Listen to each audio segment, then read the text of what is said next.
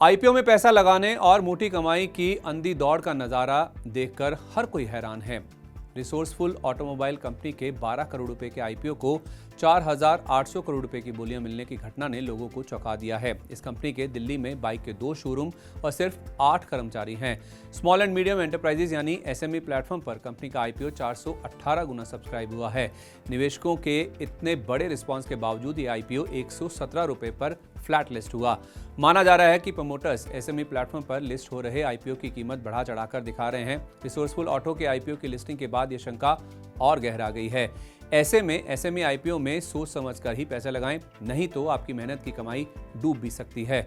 Market regulator SEBI ने निवेशकों को एक बार फिर आगाह किया है। रेगुलेटर ने ओवर सब्सक्राइब होने वाले आईपीओ के शेयरों के प्रति लोगों को सावधान किया है। सेबी ने एसएमई के जालसाज प्रमोटर्स की बढ़ती संख्या के बारे में निवेशकों से कहा है कि कई कंपनियां ऐसी हैं जिनके प्रमोटर अपने कारोबार को लिस्ट करने के बाद कंपनी की ग्रोथ को बढ़ा चढ़ाकर दिखाते हैं ताकि निवेशकों को लुभाया जा सके। ये कंपनियां मार्केट में शेयर की कीमतों को बढ़ाने और फिर मुनाफा कूटने के बाद बाहर निकलने के लिए अवैध तरीकों का सहारा लेती हैं। सेबी ने निवेशकों से कहा कि वो सोशल मीडिया पोस्ट, टिप्स और अफवाहों के आधार पर अपना पैसा ना लगाएं। दरअसल एसएमई प्लेटफॉर्म पर आईपीओ की बाढ़ सी आ गई है।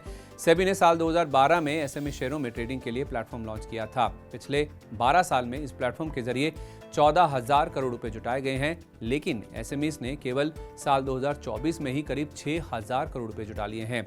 पहले साल में एसएमई प्लेटफॉर्म पर 14 कंपनियां लिस्ट हुई थी जिन्होंने 103 करोड़ रुपए जुटाए थे। साल 2018 में 141 कंपनियां आईपीओ लेकर आईं जिन्होंने 2,287 करोड़ रुपए जुटाए। कोरोना काल में आईपीओ की संख्या घटी। साल 2022 के बाद से एसएमई आईपीओ की बाढ़ सी आ गई है। पिछले दिनों नेशनल स्टॉक एक्सचेंज यानी एनएसई ने एसएमई आईपीओ से जुड़े नियम सख्त कर दिए हैं। अब सिर्फ उन्हीं कंपनियों को एसएमई वर्ग में लिस्टिंग की अनुमति होगी जिनके पास आवेदन से पहले के 3 साल में कम से कम 2 साल में पॉजिटिव फ्री कैश फ्लो होगा। इसका मतलब उस नकदी से है जो सभी पूंजी और परिचालन खर्च के भुगतान के बाद बचती है।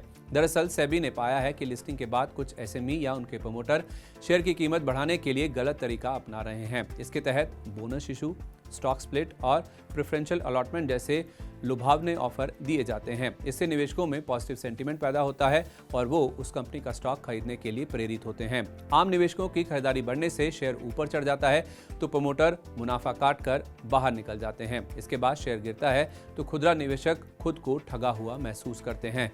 मार्केट रेगुलेटर सेबी ने पिछले दिनों डेबॉक इंडस्ट्रीज नामक एसएमई और उसके प्रमोटर सहित 3 संस्थाओं के खिलाफ आदेश जारी किया है। डेबॉक 2018 में एनएसई के एसएमई प्लेटफॉर्म पर लिस्ट हुई और मार्च 2022 में मेन बोर्ड में शिफ्ट हो गई। ऐसे में सवाल यह है कि अगर आप एसएमई के आईपीओ में निवेश कर रहे हैं तो उससे पहले क्या देखना चाहिए। Stock market expert doctor Ravi Singh कहते हैं कि एसएमई के आईपीओ या स्टॉक में निवेश करने से पहले कंपनी के फंडामेंटल्स परखने चाहिए। इसके तहत कंपनी के कारोबार, बिक्री, रेवेन्यू और मुनाफे के बारे में देखना चाहिए। इसके बाद कंपनी पर कितना कर्ज है ये भी पता करना चाहिए। आपको सिर्फ एक ही तिमाही का डेटा नहीं देखना चाहिए। कुछ कंपनियां पिछली तिमाही में जोरदार कमाई दिखा देती हैं। इस झांसे में कतई नहीं आए। कंपनी के पिछले 2-3 साल के आंकड़े पर गौर करें। अगर कंपनी के फंडामेंटल्स मजबूत हैं तो आप उसमें निवेश कर सकते हैं।